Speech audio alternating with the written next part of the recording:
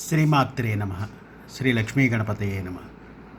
మాహూర్ శక్తిపీఠంలో ఈ నెల 8వ తారీఖున నిర్వహించే శ్రీచక్రార్చన చండీ రుద్ర హోమాల నిమిత్తం కొంతమంది దాతలు పంపించారు వారి వివరాలు.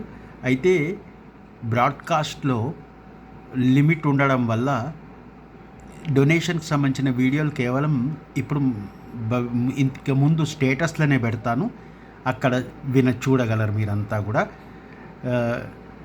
రఘురామ గారు గాయత్రి దంపతులు 6,000 డొనేషన్ ఇచ్చారు.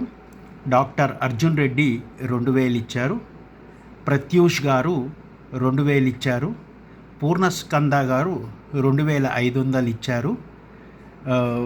అనిత గారు పులిరాజు గారు వారు 1,000 రూపాయలు ఇచ్చారు.